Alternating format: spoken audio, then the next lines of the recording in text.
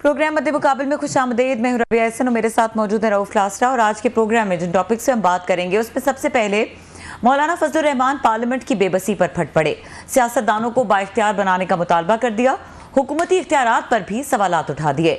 Parliament सियासी जमातों, सियासी कायदीन को मुल्क के लिए गैर जरूरी समझना सबसे बड़ी हमाकत करार। इसके अलावा बात करेंगे उमर अयूब की धुआंधार तकरीर पर नून लीग के हनीफ अब्बासी का करारा जवाब। बानी पीटीआई के लिए वादा माफ गवाह बनने को तैयार, बड़े बड़े इंकशाफात कर दिए। ऐवान में वज़रा की अदम मौजूदगी पर भी बरस पड़े।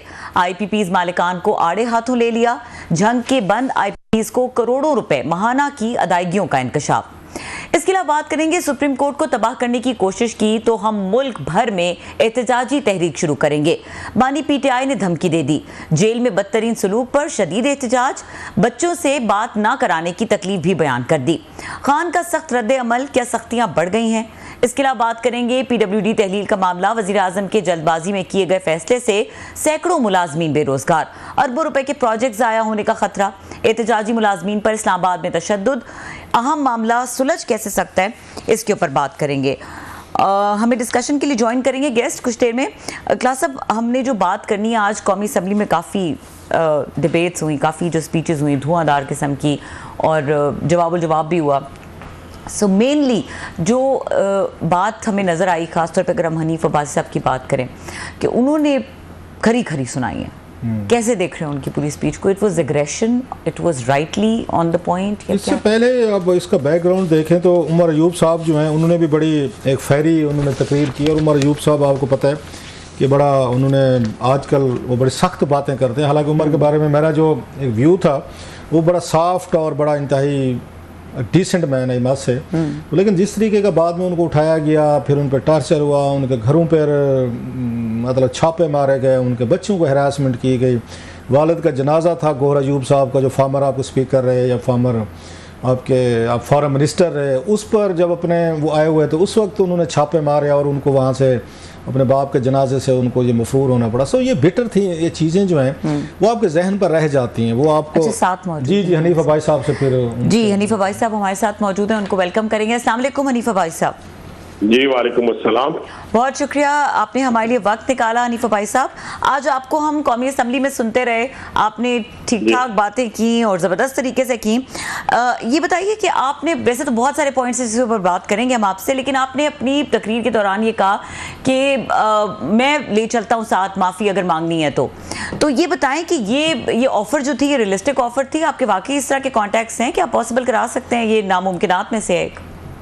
देखिए, पहली बात तो ये है कि ये ध्यान में रखें कि इसका जो बैकग्राउंड है पूरी स्पीच का, उसको लेके चलते हैं ना, वो लेके ये चलते हैं कि लीडर ऑफ द अपोजिशन ने बात की, और वो बात ये थी कि पूरी की पूरी स्पीच जो थी वो उन्होंने फौज के खिलाफ की, एजेंसीज के खिलाफ की। मसलन उन्होंने 5-6 बातें की। उन्होंने वीगो डाले की बात की, उन्होंने KGB की मिसाल इसके साथ मिला दिया अपनी एजेंसीज के साथ, फिर हजूज मजूज कह दिया, बहुत कुछ कह दिया उन्होंने।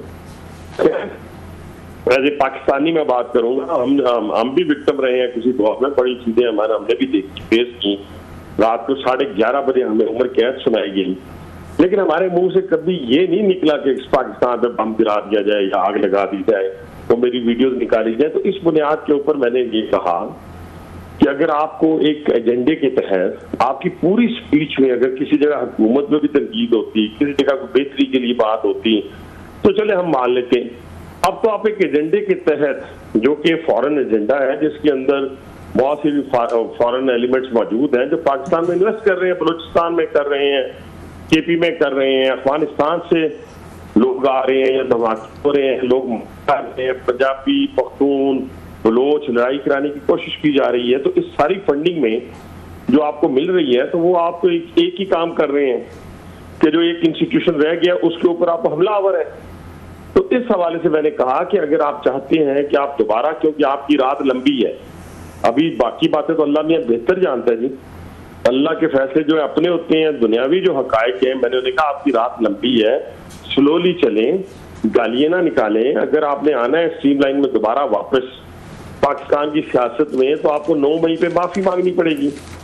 तो अगर 9 मई में माफी मांगने के लिए अगर आप तैयार हैं, बानी पीटीआई से पूछ लें तो आपको ज्यादा तरद्दुद नहीं करना पड़ेगा। माफी के लिए तो हम सारा दिन जिरगे करते रहते हैं, तो इनका जिरगा मैं प्राइम मिनिस्टर से तो नहीं करवाऊंगा, मैं खुद करने के लिए तैयार हूं। बस ये बात थी, उसका बैकग्राउंड ये था। अच्छा हनीफा भाई साहब, ये बताएं कि जिस तरह आपने कहा कि दुनियावी मामलात के बारे में ज़ाहिर है बात कर सकते हैं कि किस तरीके से आगे चीज़ें चलेंगी, तो आपके अपने पॉलिटिकल एनालिसिस में, सिंस आप पॉलिटिकली चीज़ों को समझते हैं, बानी पीटीआई को आपको क्या लगता है, उनका मिलिट्री ट्रायल होगा 9 मई वाले मामले में?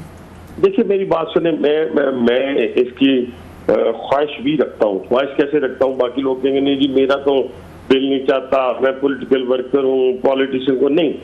उन्होंने जो 9 मई को किया है, ये पाकिस्तान की 76 साल तारीख में नहीं हुआ।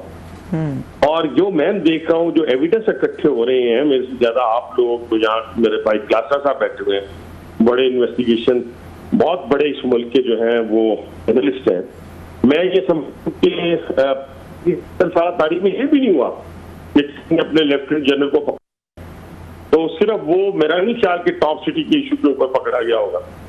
उसकी बुनियाद भी और उसके बाद रिटायरमेंट के बाद की जो सूरत हाल है, उस हवाले से अगर आप देखिए, हरकत और सकनात, पूरा टाइम दिया गया, मौका दिया गया, एविडेंस इकट्ठे किए गए, फिर जाके अरेस्ट किया गया। अब वहां पे जो एविडेंस इकट्ठी हुई है, जो जेल का अमला जो गिरफ्तार हुआ है, वहां से जो एविडेंस इकट्ठी हुई है, कोई रिटायर्ड लोग हैं, कोई हाजिर ड्यूटी लोग हैं, ये 9 मई आप समझते हैं कि एक दिन में हो गया? मैं हमेशा से कहता आया हूँ, आज नहीं कह रहा मैं। आपने सुना होगा कि मैंने कहा कि 9 मई जो है वो तकरीबन 1 साल की पूरी मेहनत के नतीजे में, दिन रात जिसे कहते हैं, और उस नतीजे में सब लोगों ने मिलकर किया है। सब लोगों से मुराद बहुत सारे लोग जो इंस्टीट्यूशन के अंदर भी थे, बाहर भी थे, और पॉलिटिशियन भी थे, और एडमिनिस्ट्रेशन में भी थे। ये सब ने मिलकर 9 मई किया है। जी आपको बहुत शुक्रिया भाई। मुझे जो जी मैं क्लासा साहब एक सेकंड, जो सवाल उन्होंने किया था मैं जवाब दे दूं। जी। तो मुझे तो लग रहा है कि ये उनको बानी पीटीआई को भी, कि उनका केस जो मिलिट्री कोर्ट में चला जाएगा। जी सर बहुत शुक्रिया आपका, थैंक यू वेरी मच, आपने ज्वाइन किया सर। आपका कहना है कि मिलिट्री कोर्ट में केस चला जाएगा, ये सिर्फ पीटीआई के जो गिरफ्तार पे 103 या 109 लोग बताए गए थे उनका चला जाएगा, या इमरान खान साहब का भी मिलिट्री ट्रायल होगा, ये मिलिट्री कोर्ट में जाएगा सर? जी मैंने यही कहा है, मैंने उनका तो बात ही नहीं की, क्योंकि मैंने हमेशा मास्टरमाइंड की बात की है।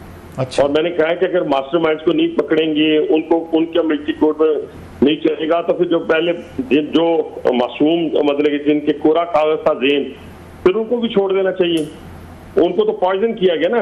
1 साल ये कहा गया, क्या कहा गया, मीर जाफर, मीर सादक कहा गया, डॉक्टर कहा गया, ठीक है जी, और पता नहीं क्या गया, बला सारा कुछ कहते रहे। तो वो किस लिए कहते रहे? कि ये भी कहते रहे जब मैं गिरफ्तार हो तो फलां जगह के ऊपर हमलावर हो। तो जो एविडेंस इकट्ठे हुए हैं या हो रहे हैं, वो तो खुरा उन्हीं की तरफ जाता है जी, बानी पीटीआई की तरफ। ये कोई आपके नॉलेज में है किस तरह के एविडेंसेस इकट्ठे हो रहे हैं? क्योंकि आज आपकी तकरीर से और आपकी अभी वाली गुफ्तगू से भी लग रहा है कि आपको शायद सामने कुछ ना कुछ अंदाज़ा है कि कौन से और किस तरह के एविडेंसेस जो है ना खान साहब या पीटीआई के खिलाफ आ रहे हैं 9 मई के हवाले से। कोई आपके नॉलेज में है ये? देखिए कुछ ऐसी चीजें हैं क्लासा साहब, मैं बहुत बड़ी इन्वेस्टिगेशन से लोग गुजर रहे हैं, मैं उसको तो यहाँ ना मेरे उस इन्वेस्टिगेशन का कोई मेंबर हूँ, ना पास बैठा हूँ, लेकिन एक पॉलिटिकल वर्कर की हैसियत से आप भी समझते हैं, मैं भी समझता हूँ कि जो हाथ डाला गया है जी, और उसका खुरा मैंने जैसे आपको बताया है कि एडमिनिस्ट्रेशन के कुछ लोग, कुछ पॉलिटिशियन, अब तो पीटीआई ने खुद मान लिया ना जी कि इनके अपने इंफरादी लोगों के फौज के साथ ताल्लुकात हैं, राब्ते में हैं। ये जो पिछला जो जलसा पोस्टपोन हुआ वो भी उन्होंने करवाया। तो अब कहने से मुराद ये है कि ये चीजें सामने हैं कि जो बंदा पकड़ा गया है डाला जेल से, उसके यहाँ किस किस के फोन आते थे, क्या क्या चीजें चलती थी, वो क्या क्या चीजें फराहम करता था, कैसी कैसी सहूलतकारी करता था, और किस किस के फोन आते थे, हाजर सर्विस के आते थे, रिटायर्ड किसके आते थे, सारी चीजें और भी बहुत सारी चीजें एक बंदे तक महदूद नहीं है। हो सकता है कुछ यहाँ से चले भी गए हों और वो अपना बयान रिकॉर्ड आगे हों, जिसे आप वादा माफ कहते हैं। तो ये सारी चीजें काफी सारी हैं, ये इस तरह का इतना आसान नहीं है जितना मैं, आप या कोई और समझ रहा होगा। अच्छा, आप वादा माफ गवाह की बात हो रही थी, बहुत सारी र्यूमर्स भी थी, बातें भी थी कि शायद खान साहब के ख़िलाफ़ ये जनरल फैज़ जो हैं वो कुछ चीज़ें प्रोवाइड कर रहे हैं जिसकी वजह से ये केसेस जो हैं वो मज़ीद खान साहब को उसमें उनको ड्रैग किया जा रहा है। बल्कि खान साहब तो एक पटिशन जो है वो हाई कोर्ट में भी उनके वकीलों ने डाली है जनाब कि इनको मिलिट्री ट्रायल, मिलिट्री कस्टडी में इनको रोका है। तो आप समझते हैं कि जनरल फैज़ साहब और इमरान खान साहब के कंटेक्ट्स भी को इस्टेब्लिश हुए हैं? ये हो चुके हैं सर, ये हो चुके हैं। और दूसरी बात ये है कि चोर की दाढ़ी में तिनका, वैसे ना जब आपने किया ही कुछ ना हो या आपका इस हवाले से कोई राब्ता ही ना हुआ हो, कोई आपकी कन्वर्सेशन ही ना हो, कोई आपका लिखा पढ़ा भी ना हो, तो फिर आपको डरने की क्या जरूरत है? आपको कोर्ट में जाने की क्या जरूरत है? कोई जबरदस्ती तो आपको मिलिट्री कोर्ट में नहीं लेके जा सकता। या जिस बंदे को पकड़ा गया है उसको आप क्या समझते हैं कि सबसे पहले तो इंस्टीट्यूशन में जस्टिफाई करना पड़ेगा कि नहीं, तो फिर उसके बाद बाकी लोगों को जस्टिफिकेशन देनी पड़ेगी। तो इसलिए ये सारी चीजें एस्टेब्लिश हो चुकी हैं और इनके खिलाफ तो बहुत सारे लोगों ने बयानात रिकॉर्ड करवा दिए। नहीं, जब आप बहुत सारी बात कहते हैं, बहुत सारों में जेल के हुकाम है जो पकड़े थे, ये पकड़े गए, वो बहुत मामूली लोग हैं, वो मामूली लोग हैं, वो उस हवाले से इसमें बहुत प्यादे की हैसियत रखते हैं। यहाँ तो बड़े अच्छे लोग जो रिटायर भी हो चुके थे, जो हाजिर सर्विस भी थे और जो पॉलिटिक्स में भी थे और जो मजीद एडमिनिस्ट्रेशन में हायर पोजीशन में भी थे। तो ये मतलब है ये एस्टेब्लिशमेंट के अंदर से थे या बाहर से थे जो आप बता रहे हैं? और ये मैंने बताया ना अपना क्लासा भाई, मैंने रऊफ भाई बताया आपको कि इंस्टीट्यूशन के अंदर से भी हो सकते हैं और रिटायर्ड इंस्टीट्यूशन के लोग भी हो सकते हैं। तो कितने लोगों ने स्टेटमेंट उन्होंने जमा करवाए हैं खान साहब? ये एग्जैक्ट तो देखिए ना, वो तो एग्जैक्ट मुझे इन्वेस्टिगेशन जो गुजर रही है वो तो शायद मेरा ख्याल है वहां से चीटी भी पार नहीं मार सकती जी। लेकिन ये है कि ये इस हद तक इंफॉर्मेशन जरूर है मुझे, तो ये अब मुश्किल है पानी पीटीआई के लिए। रात लंबी है, थोड़ी मेहनत करेंगे, गुजारा हो जाएगा। तो इसका कोई सलूशन कोई नजर आता है आपको कि कोई जो आज आपने ऑफर भी की है जी कि मैं बातचीत के लिए दरमियान में आर्बिट्रेशन जिरगे के लिए तैयार हूँ, मतलब खान साहब या उनकी पार्टी अगर कोई वो जो पहले भी ISPR ने भी कहा था जनाब मादरत करें फिर देखेंगे, तो डू यू थिंक कि मादरत से काम सेटल हो जाएगा, माफी मांग ली जाए तो ये चीज? अच्छा, ये इसके लिए भी दो क्लासा साहब, इसके लिए भी दो वर्जन है कि एक बंदा कहता है जैसे मैंने कहा कि हाँ मैं माफी, तो वो कहते हैं फिर सारे क्राइम माफ हो जाएंगे।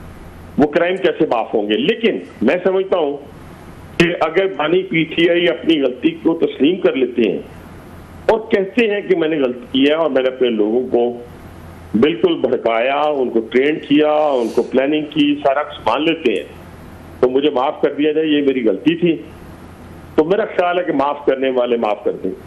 तो अब समझते नहीं है बहुत बड़ा इतना बड़ा कड़वा घूंट खान साहब भर लेंगे, उनके सारा नैरेटिव इसी पे खड़ा हुआ है, ये नैरेटिव उनका बिल्डोज हो जाएगा, फिर ये यूथ है, लोग हैं, और फिर इसके बाद एडमिशन के बाद तो कल को बहुत सारे लोग टांस भी करेंगे। आप कह रहे होंगे देखा जी इन्होंने मान लिया, तस्लीम कर लिया, जब बंदा मान के माफ़ी मांग लेता फिर तो वो ठीक है, दो चार लोग तो नहीं कहेंगे, लेकिन अक्सरियत तो फिर उनको टांस करेंगे। मेरा ख्याल इसी डर की वजह से पीटीआई का भी ये काम नहीं। भाई अभी भी देखें, 1 साल से बंदा वहां पड़ा है, कोई खून की नदियां नहीं गई, कोई लोगों ने खुदकुशियां नहीं कर ली हैं, किसी ने अपना चस्का ले रहे हैं। ये जितने बाहर इनके लोग हैं वो चाहते ही नहीं इमरान खान बाहर आए, अगर वो बाहर आ गया तो इनकी लीडरी कहाँ जाएगी?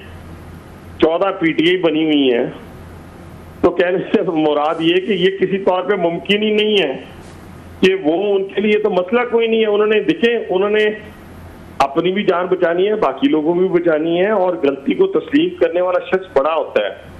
अगर तस्लीम गलती के ऊपर गलती करता जाएगा तो वो मजीद फंसता जाएगा।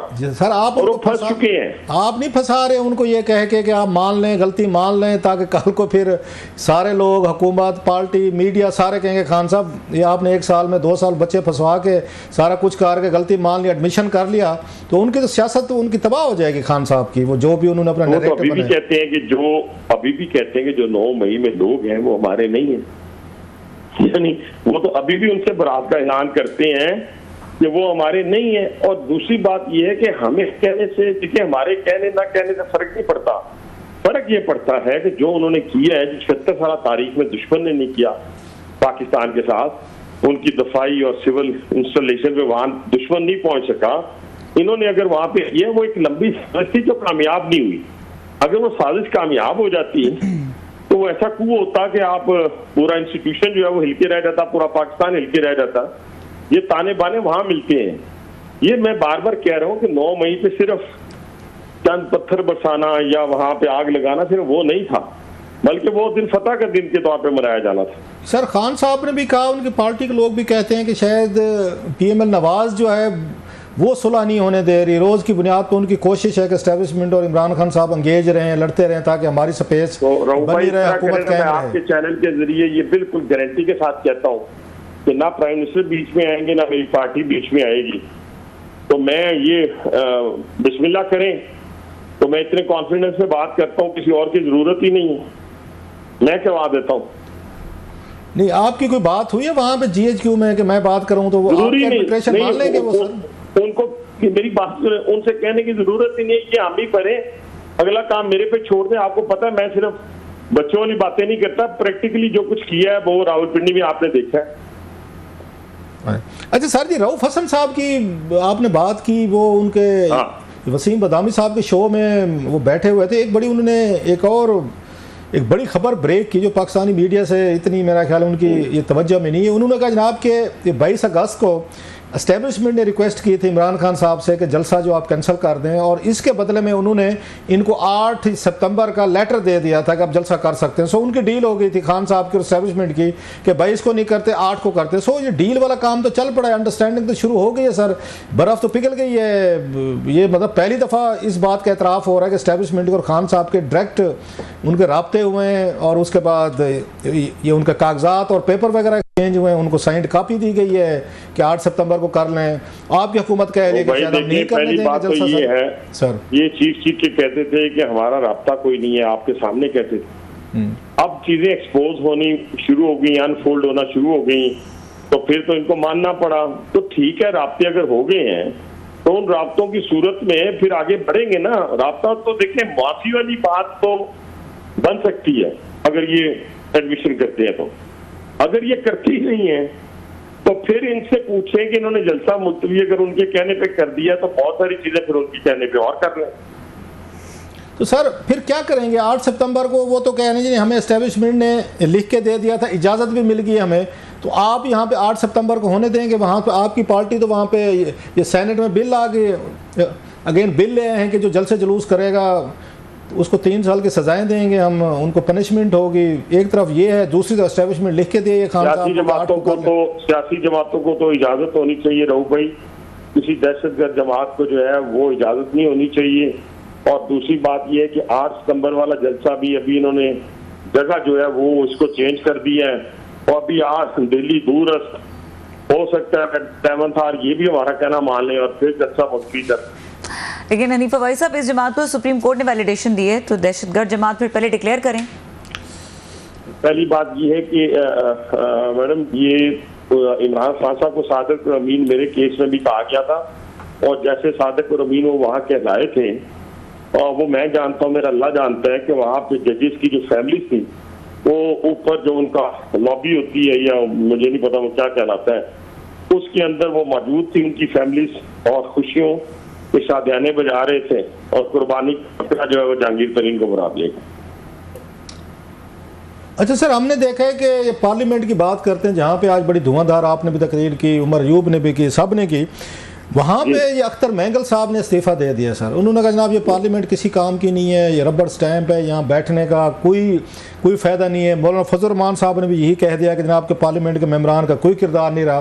तो पार्लियामेंट तो सर आपकी हुकूमत उसको इफेक्टिव नहीं कर पाई, कोई आपके जो मतलब ये बात आपकी काफी हद तक रहू भाई ठीक है। देखिए ना, मैंने आज भी ये बात की अपनी हुकूमत के हवाले से भी कि हमारी अगली जो अपना जो होती हैं बेंचेस वो तकरीबन खाली होती हैं। हमारे मिनिस्टर साहबान जो हैं वो उस तरीके से वहाँ पे हाजिरी नहीं होती उनकी हाजिरी होनी चाहिए, उन्हें जवाब देने चाहिए अपनी वजारत के हवाले से।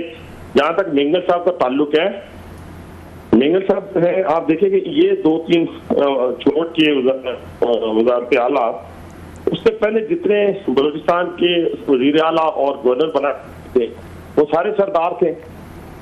उन्होंने ना कॉलेज बनने दिया, ना यूनिवर्सिटी बनने दी, ना स्कूल दिया, ना पीने का पानी दिया।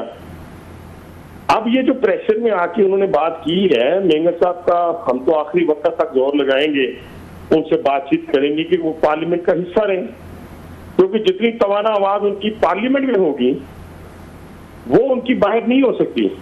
अपने लोगों के लिए, लेकिन उनके हाथों से काम निकल गया हुआ है। अब बहुत सारा बैरूनी हाथ जो है वो इन्वॉल्व हो चुके हुए हैं और बहुत सारे ऐसे लोग जो हैं वो इस वक्त जो है उनके हाथों में मूवमेंट गई हुई है। जो कुछ हुआ है मुफ्ती साहब की बस्ती पे वो भी नाकाबिले बर्दाश्त भी है और किसी तौर पे एक्सेप्टेबल नहीं है। आप अंदाजा लगाएं कि ये तो शुक्र अल्हम्दुलिल्लाह ये दुश्मन बड़ी कोशिश कर रहा है, लेकिन ना हमारे यहाँ लसानियत परवान कर रही है और ना ही हमारे यहाँ तासुब जो है वो आग पकड़ रहा है। और ये बड़ा पन है, मैं समझता हूँ बड़े भाई का भी, बाकी का भी। लेकिन जिस तरह पंजाबियों को निकाल के बस्ती से मारा गया है, ये मेरा ख्याल है कि ये दुश्मन की ही साजिश हो सकती है, हमारी नहीं। अच्छा सर, मौलाना फजल रहमान साहब जो हैं तो उन्होंने एक और बड़ी एक अहम बात की है कि हमें इस्तेमाल किया जाता है बिल्स मंजूर करवाने के लिए, हम यहाँ पर बैठे हुए। मतलब उनका इशारा ये था कि कभी एस्टेब्लिशमेंट जो है वो इमरान खान साहब को ले आती है, कभी शहबाज शरीफ साहब को ले आती है, कभी जरदारी साहब, कभी फलां, तो एक एक को करके अपनी मर्जी की बिलिंग भी होती है और हम यहाँ पे रबड़ स्टैम्प के तौर पर हम बैठे हुए हैं। तो ये जो लड़ाई हो रही है हुकूमतों में या पॉलिटिकल लीडर्स में, ये इस बात पे हो रही है कि फ़ौज किसके साथ है, कि खान साहब के साथ है ठीक है, आपके साथ है ठीक है, अगर आपके मुखालिफ के साथ है तो लड़ाई है। तो इसी तरह की मतलब ये जो सारी लड़ाई हो रही है असूली कानूनी नहीं हो रही, फ़ौज किसके साथ है, इस मसले पर लड़ रहे हैं तीनों के तीनों सर, तीनों पार्टियाँ। देखिए, पहले तो मौलाना फजल रहमान साहब के हवाले से सिर्फ एक बात कहूँगा कि हम उनके साथ हैं, ठीक है जी, और इंशाल्लाह ताला बहुत जल्द वो हमारे साथ होंगी। और उनके ऊपर मजीद मैं बात इसलिए नहीं कर सकता कि उनकी लड़ाई तो होनी चाहिए थी पीटीआई के साथ, ठीक है जी। उनका इशू तो वोट तो उन्होंने कोई रावलपिंडी से या लाहौर से या मुल्तान से तो नहीं लेने थे ना, वोट तो उनको केपीके से पढ़ने थे। अब बदकिस्मती ये है कि पाकिस्तानी सियासत के अंदर, जैसे अभी आपने फरमाया, अब हमें भी तो कुछ इसको सामने रखने चाहिए ना। कल तक हमें जितना वो गालियां क्या करते थे, मैं कहता हूँ सोने की चिड़िया बन के भी आ जाए तो आप भी उनके साथ हाथ नहीं मिलाएंगे इस हवाले से कि आपके खिलाफ जैसे वो अल्फाज इस्तेमाल किए गए। लेकिन बहरहाल ये उनकी सियासत, तो उस सियासत में वो बहुत जल्द जो है मेरा ख्याल है आपको हमारे साथ दिखाई देंगे। अच्छा सर, लास्टली सर, हम PWD को देखते हैं सर, उसके हज़ारों मुलाजमीन है, इदारा बंद कर दिया गया है, फैमिलीज़ हैं, लोग हैं, बच्चे हैं, वो तीसरा चौथा दिन है सड़कों पे हैं, वहाँ हंगामे हो रहे हैं, पुलिस की शेलिंग हो रही है, टॉर्चर, तशद्दुद, गिरफ्तारियाँ।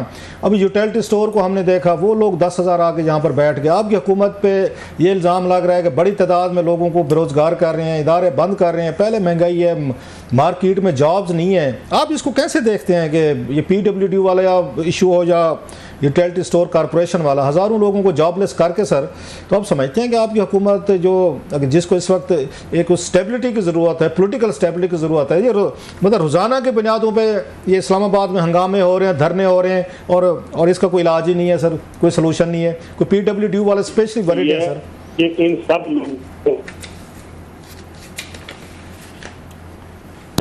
कोई, मेरा ख्याल है कोई जी हनीफ भाई साहब की लाइन ड्रॉप हुई है। यहाँ पे वक्त हुआ ब्रेक का, ब्रेक ले लेते हैं क्लास साहब, अगर और ब्रेक के बाद मिल जाए तो उनको ले लें, ज़रा इस इशू पे ज़रा पूछ लेते हैं सवाल, उनसे बड़ा अहम इशू है जी। डिस्कशन को कंटिन्यू करेंगे इस ब्रेक के बाद, हमारे साथ रहिए।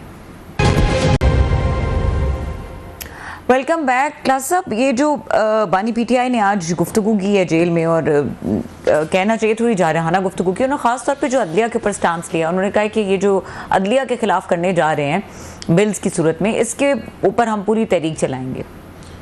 मसला खान साहब कह तो देते हैं तहरीक चलाएंगे, लेकिन बंदे नहीं आ रहे। जो बात आज हनीफ भाई साहब ने टांट्स किए हैं उनको हाउस में, खान साहब तो कई दफ़ा ये कॉल्स भी दे चुके हैं, अलीमा खान साहब भी दे चुके हैं, उनकी पार्टी के लोग भी दे चुके हैं, जुम्मे के दिन फलाने दिन खान साहब ने कई दफ़ा ये कॉल्स दी हैं। अब लोग बाहर नहीं निकल रहे, उस पर भी साफ ज़ाहिर है उनको फ़ील होता होगा कि जनाब के लोग जो हैं उनके जहन में था। और कई दफ़ा उन्होंने बांग्लादेश की, उनको उम्मीद हुई थी जब बांग्लादेश में इस तरह के स्टूडेंट्स बह रहे और उन्होंने हंगामे की, हुकूमत का उन्होंने तख्ता उलट दिया, तो उन्हें लगा कि शायद अब ये टाइम है, इस पर ज़रा थोड़ा सा ये लोगों को बाहर लाया जा सकता है। लेकिन मैंने उस वक्त भी कहा था कि इनमें ये दोनों को सर्कमस्टांसेस में बड़ा फ़र्क है कि वहाँ पे हसीना वाजेद साहब 15 साल से बैठी हुई थी। 15 साल बड़ा टाइम होता है। पाकिस्तान में कोई फ़ौजी यहाँ पे हुक्मरान जो थे वो 8-10 साल से ज़्यादा नहीं रह सके, फ़ौजी हुक्मरान, डिक्टेटरशिप, तो 15 साल से बैठी हुई थी। तो लोगों का थक जाते हैं लोग देखते कि पावर को, नंबर 1। दूसरा, वहाँ पे उन्होंने कोई मेरे ख्याल 12-14 अपने अपोजिशन लीडरों को फांसियाँ दी थी, वेरी प्रोमिनेंट, जमात इस्लामी के भी थे और खालिदा ज़िया साहबा की पार्टी के भी थे। सो उसमें ब्लड शेड सेट भी आ चुका था, प्लस इलेक्शन रिग जैसे ये 8 फरवरी वाले ये कहते हैं, वहाँ पे अभी जो हुए थे जनवरी वगैरह में, वहाँ भी इलेक्शन के बारे में यही कहा गया था कि टोटल उनकी पार्टी जीती थी, अपोजिशन के तो बंदे ही नहीं थे, कोई आज़ाद वगैरह थे तो उन्होंने कहा जनाब आज़ाद भी नहीं के लोग हैं, माज लोगों को दिखाने के लिए नहीं कर दिए। प्लस वहाँ ह्यूमन राइट्स अब्यूजेस थी, इंडिया के खिलाफ बहुत बड़ा एक रिएक्शन आ रहा था कि जनाब कि वो शायद हमें वो कर रहे हैं, वहाँ से बैठे चला रहे। सो वहाँ बहुत सारे फैक्टर्स है, प्लस वो 300 स्टूडेंट्स बेचारा जो है 300 सरकारी फिगर आ रहे हैं जो वहाँ पे जिन्होंने जाने दी हैं और वो अपना ब्लड दिया था जिसकी वजह से हंगामे हुए सारी चीज़ें। तो खान साहब को जो आज उन्होंने हनीफ अब्बासी साहब ने कहा है कि आप लोग तो बाहर नहीं निकलते, खून देना पड़ता है, लहू देना पड़ता है। अब कौन लहू दे और क्यों दे? असल बात तो ये हर किसी को अपनी जान प्यारी है। वो उसके बाद लोग देखते हैं जनाब कि लहू हम दें, मतलब दुख उठाए फाख्ता भी अंडे खाएं कभी, कि जब पावर में आते हैं हम किन किन लोगों को मतलब इक़्तिदार देते हैं। अब देख लें खान साहब ने अपने दौर इक़्तिदार में किन लोगों को उन्होंने आके पावर दी थी। अब भी देख लें KPK में देख लें, वहाँ पे जो चीज़ें आ रही हैं मतलब करप्शन के, उस दिन हमारे साथ शहजाद इकबाल साहब से सुना नहीं था आपने कि तीसरी हुकूमत आ रही है, तीसरी हुकूमत में बहुत सारे करप्शन के उनके स्कैंडल्स आ रहे हैं और उनके वजीर एक दूसरे पर इल्ज़ाम लगा, चलो आप और मैं कहें तो कह देंगे, छोड़ो यार आप लोगों को कौन सुनता है, उनके अपने वहाँ पर आ रहे हैं। सो खान साहब के लिए इस वक्त कोई वो नहीं आ रहा, कोई बंदा बाहर निकलने को साइडली मैं कहूँगा वो तैयार नहीं है। और मैंने हमेशा ये बात की है कि खान साहब ये जहन में मत रखें उन्हें गुरीले चाहिए। ये पढ़े लिखे लोग हैं जो उनके फॉलोअर्स हैं, समझदार लोग हैं, अच्छे घरों के बच्चे हैं या बच्चियाँ हैं, आप उनको एक सेफ उनको मुस्तकबिल दें। उनको आपने मुसलसल 2014 से सड़कों पर रखा हुआ है, बंदे थक जाते हैं, फटीग आ जाए, लोगों के घर तबाह हो गए, लोग घर छोड़ गए हैं, मतलब है उनकी फैमिलीज तबाह हो गई, कारोबार तबाह हो गए, अंडरग्राउंड चले गए हैं। यही कर करके धरने दे रहे हैं, लॉन्ग मार्च कर लड़ाई कर रहे हैं, डांग सोटा। बहरहाल एनीवे उनका है या एक वो कहते हैं इसके बगैर इनकलाब नहीं आता, ठीक है जी। तो सर ये जो 8 सितंबर का एक प्लान जलसा है, अब इसके हवाले से क्या लगता है? क्योंकि जिस तरह की जो सिचुएशन बन रही है और जो आप बातें करें, जो सिर्फ हनीफ अब्बासी साहब ने कहा कि लोग निकलने को तैयार नहीं है, सो दिस इज ऑब्वियस कि अब 8 सितंबर को भी एक तरफ लगेंगी पाबंदियां, एक तरफ इन पर रिस्ट्रिक्शंस होंगी, दूसरी तरफ लोग आप कह रहे हैं कि नहीं निकलना चाह रहे, तो होगा क्या? फिर वापस डेट चेंज हो जाएगी। 8 सितंबर वाली बड़ी इंपॉर्टेंट बात की आपने। अब 8 सितंबर के हवाले से जो ये खबरें आ रही हैं वो बड़ी दिलचस्प हैं। जो मैंने सवाल किया भी सही अभी हनीफ अब्बासी साहब को कि रऊफ हसन साहब ने उनके वसीम अब्बासी साहब के शो में इंकशाफ किया है, no it's a bombshell मैं कहूँगा। वो ये कहते हैं कि 22 अगस्त का जो जलसा हमने ये मुलतवी किया था और ख़ान साहब से मिलने के लिए 2 गए थे, मेरा ख्याल है असद कैसर साहब थे, शायद बैरिस्टर सैफ और शायद आज़म सवाती साहब गए थे और ख़ान साहब से सुबह सवेरे मुलाकात की, और जिस पे वो अलीमा खान से नाराज़ भी बड़ी हुई थी कि आज़म साहब ये सवाती साहब क्यों गए थे और किसके कहने पर गए। तो उन्होंने अपने सोशल मीडिया के लोगों को कहा ज़रा इनको तो ये ट्रोलिंग करें ना ज़रा। अब वो ये बता रहे हैं कि जनाब एस्टेब्लिशमेंट ने उन खान साहब को रिक्वेस्ट की थी कि आप ये जलसा जो है ना वो कर दें, ये कैंसिल कर दें। सो एक बात तो कंफर्म हो गई है कि एस्टेब्लिशमेंट का इनिशिएटिव था, ये रऊफ हसन साहब कह रहे हैं, जो उस वक्त भी ये बातें हो रही थी लेकिन बता कोई नहीं रहा था ये कैसे हुआ है। वो ये कहते हैं कि एस्टेब्लिशमेंट ने अप्रोच किया, रिक्वेस्ट की और खान साहब से मुलाकात हुई और खान साहब ने इस बात पे वो एग्री हो गए कि ओके कि एस्टेब्लिशमेंट मुझसे पहला एक प्रॉपर कंटैक्ट, मैं कहूँगा ये पहला एक प्रॉपर कंटैक्ट है जो एस्टेब्लिश हुआ है, जिसको रिकॉर्ड पे आ गया। बाकी होते रहे हमें नहीं पता, लेकिन एक बड़ा एक यहाँ कंटैक्ट जो है ना वो सामने आ गया। तो उसके बाद उन्होंने पूछा जी हमें क्या मिलेगा, चलो 22 अगस्त को नहीं करते जनाब के यहाँ पे वो आए थे मजहबी जमातों का कारकुन आए हुए थे, चलो एक वैलिड रीज़न है, हंगामा खुदा ना खास्ता ना हो। वो as a former prime minister उन्होंने बड़ी जिम्मेदारी का सबूत दिया खान साहब ने। अप्रिशिएट करना चाहिए कि जनाब कि हमारे कैपिटल में कोई वायलेंस खुदा ना खास्ता कोई आपस में लड़ाई ना हो जाए, ठीक हो गया। तो उन्होंने कहा जनाब कि इसमें हमारे लिए क्या है, क्योंकि जब निगोशिएशंस होते हैं तो दोनों साइड देखिए ना, विन विन सिचुएशन। हम 22 को अगस्त को हम जलसा नहीं करते, लोग हमारे पीछे पड़ जाएंगे, हमारी इंसल्ट होगी, मीडिया पड़ जाएगा, बातें सुननी पड़ेंगी, पार्टी के अंदर से बहुत सारा गुस्सा कावड़ जो बाद में हुआ कि पार्टी के लोग भी आपस में लड़ पड़े, एक दूसरे पर इल्जामात भी लगाए, एक दूसरे को उन्होंने बातें भी सुनाई। अब ये जुर्रत किसी को नहीं है कि फैसला खान साहब का है, आपस में लड़ते रहे सारे, एक दूसरे को सुनाते रहे पार्टी के लोग, किसी को खान साहब के फैसले पर जरूरत नहीं हुई, तो होनी भी नहीं चाहिए थी, पार्टी लीडर हैं। खैर उन्होंने कहा जनाब ओके फाइन 22 को हम नहीं करते तो आप 8 सितंबर को कर लें। वो ये कह रहे हैं रऊफ हसन साहब, अगर मुझे ठीक समझ आए, वो कहते हैं जनाब उनको उसी वक्त 8 सितंबर के जलसे की क्लियरेंस मिल गई, नहीं अप्रूवल दी गई है और उनको जलसे का नोटिफिकेशन या जो भी होता है उन्होंने इजाजतनामा दे दिया। नाउ दैट्स ए डील, ये रिटर्न डील है, मैं इसको कहूँगा क्लियर वर्ड्स में एक प्रेजेंट है, क्लियर आपकी डील हुई है between establishment and Imran Khan साहब कि आप जो 22 अगस्त वाला जलसा है वो कैंसिल करेंगे, 8 सितंबर वाला जलसे की आपको इजाजत है। और ये पेपर एक्सचेंज हो गए, अगर आप उनकी वो सुने, रऊफ हसन साहब कह रहे हैं कि हमें वो दे दिया गया और उसी वक्त दिया गया, उसी दिन उसी लम्हे दिया गया जब इन्होंने किया है।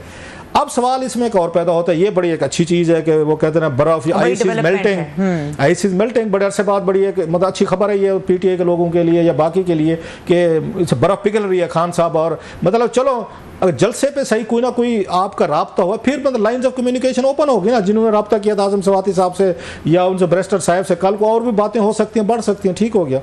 अब सवाल ये है कि क्या 8 सितंबर का जलसा करने की इजाज़त दी जाएगी, हुकूमत देगी?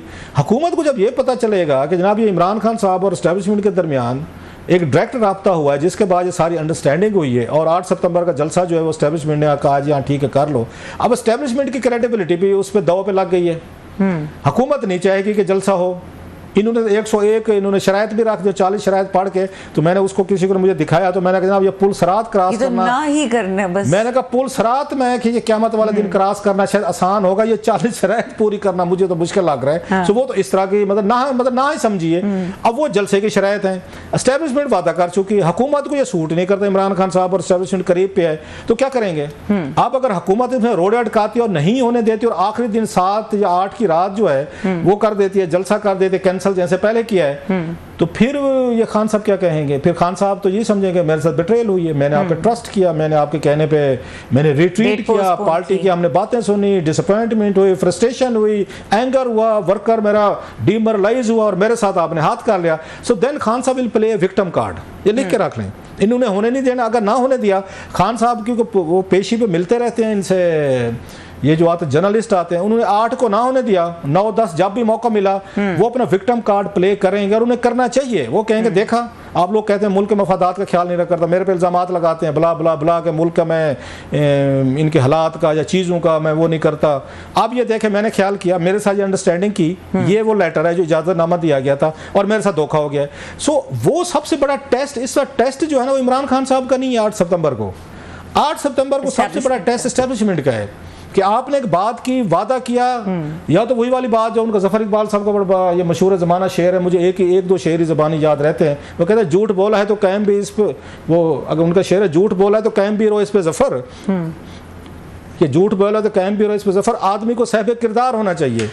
अगर आपने खान साहब से झूठ बोल भी दिया है ना कि खान साहब 8 सितंबर का जलसा कर लें तो झूठ पे कायम रहे, साहिब किरदार हूँ। So that would be very interesting. जो मेरे लिए इंटरेस्टिंग चीज़ है 8 सितंबर वाले दिन खान साहब भी बिल्कुल ये हुकूमत पूरी कोशिश करेगी ना हो, इनकी डील खराब की जाए और ये एलिमेंट ऑफ मिसट्रस्ट लाया जाए। खान साहब अपने बैठे उस पर तस्वीर पे वो दिन गिन रहे हैं कि 8 का होना तो खान साहब के लिए विन विन है बोथ वेज, मेरा ख्याल है।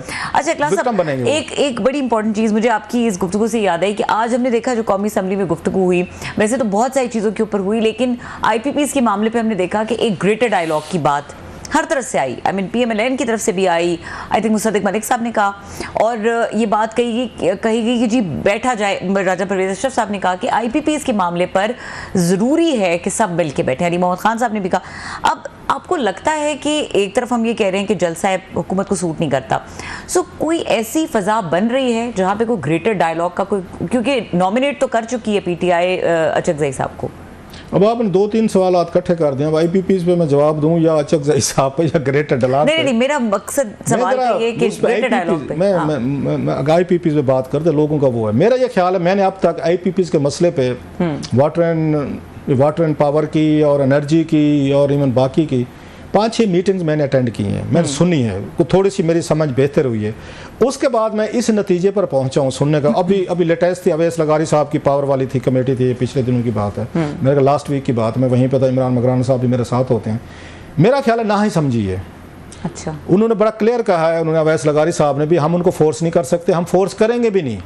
अगर उनका मर्जी बनी, हमारे कशकोल में उन्होंने 1-2 रुपए अगर डाल दिए, कोई थोड़े से कैपेसिटी चार्जेस कम कर लिए, कोई 2-4 रुपए उन्होंने कहा जी चलो यूनिट प्राइस हम कम कर लेते हैं, उनकी मर्जी।